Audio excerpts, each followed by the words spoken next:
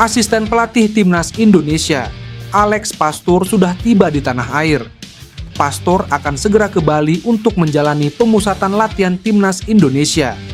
Seperti diketahui, Timnas Indonesia akan jalani pemusatan latihan jelang pertandingan melawan Cina dan Jepang dalam lanjutan babak ketiga kualifikasi Piala Dunia 2026. Di akun Instagram pribadinya, Pastoor unggah momen saat ia berada di dalam pesawat menuju ke Indonesia dari Bandara Schiphol, Amsterdam, Belanda. Terbaru di unggahan Instastory, Alex Pastoor posting foto Stadion Utama Gelora Bung Karno. Kedatangan Alex Pastoor ini tentu saja jadi hal positif bagi persiapan Timnas Indonesia melawan Cina pada 5 Juni mendatang.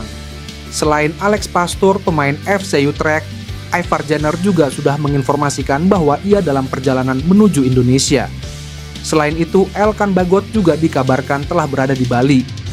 Jika Alex Pastoor sudah tiba di Indonesia, dan kabarnya Denny Lanzat bakal menyusul, bagaimana dengan Patrick Kluivert? Dilihat dari unggahan terakhir akun Instagram miliknya, Kluivert sepertinya masih berada di Belanda. Situasi ini tentu cukup mengkhawatirkan bagi persiapan Timnas Indonesia menghadapi Cina dan Jepang.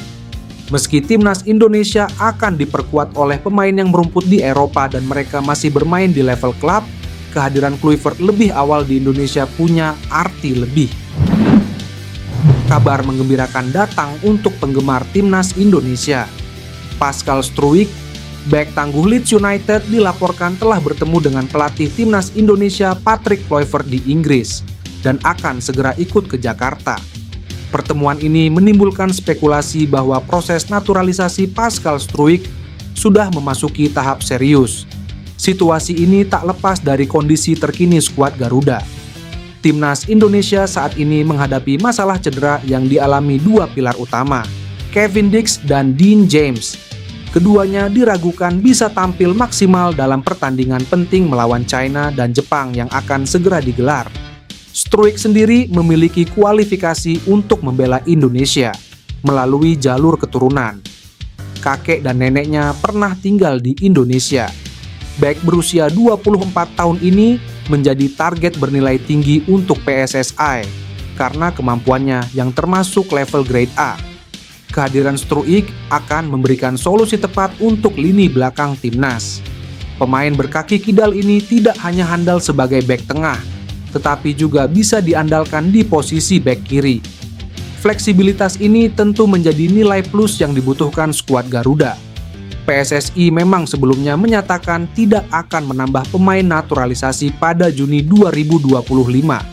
Namun, situasi cedera yang dialami Dix dan James tampaknya memaksa federasi untuk mengevaluasi kembali kebijakan tersebut.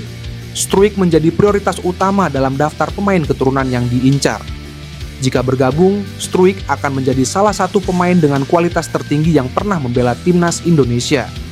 Pengalamannya berlaga di kompetisi ketat seperti Championship dan Premier League memberikan garansi kualitas yang dibutuhkan tim nasional. Timnas Indonesia masih berusaha mendapatkan pemain yang merumput di Premier League, Ian Maatsen, sebagai pemain naturalisasi. Bek Aston Villa itu sebelumnya telah mendapat panggilan pelatih Timnas Belanda, Ronald Koeman. Namun, dia belum pernah mendapat menit bermain di level senior. Kondisi ini membuka peluang bagi Indonesia untuk merekrut pemain berdarah Jawa Suriname tersebut. Namun, prosesnya kemungkinan tidak mudah karena persaingan ketat antara Timnas Indonesia dan Belanda. Maatsen kembali mengalami kekecewaan saat FIFA Matchday November 2024. Alih-alih mendapatkan kesempatan bermain di tim senior Belanda, pemain berusia 22 tahun itu justru hanya terdaftar di skuad U21. Situasi ini bukan pertama kalinya terjadi. Padahal, dengan harga pasarnya yang mencapai 556,21 miliar rupiah, ia termasuk sebagai salah satu talenta muda berbakat di Eropa. Ian Maatsen lahir dan besar di Belanda, tetapi memiliki garis keturunan Indonesia dari ibunya yang berasal dari Jawa. Hingga kini ia sudah mencatatkan 19 penampilan bersama Timnas Belanda U21, namun belum sekalipun bermain untuk tim senior. Secara regulasi, hal ini masih membuka peluang bagi Maatsen membela Timnas Indonesia. Jika Belanda kembali mengabaikan Maatsen, peluang timnas Indonesia untuk merekrutnya bisa semakin terbuka.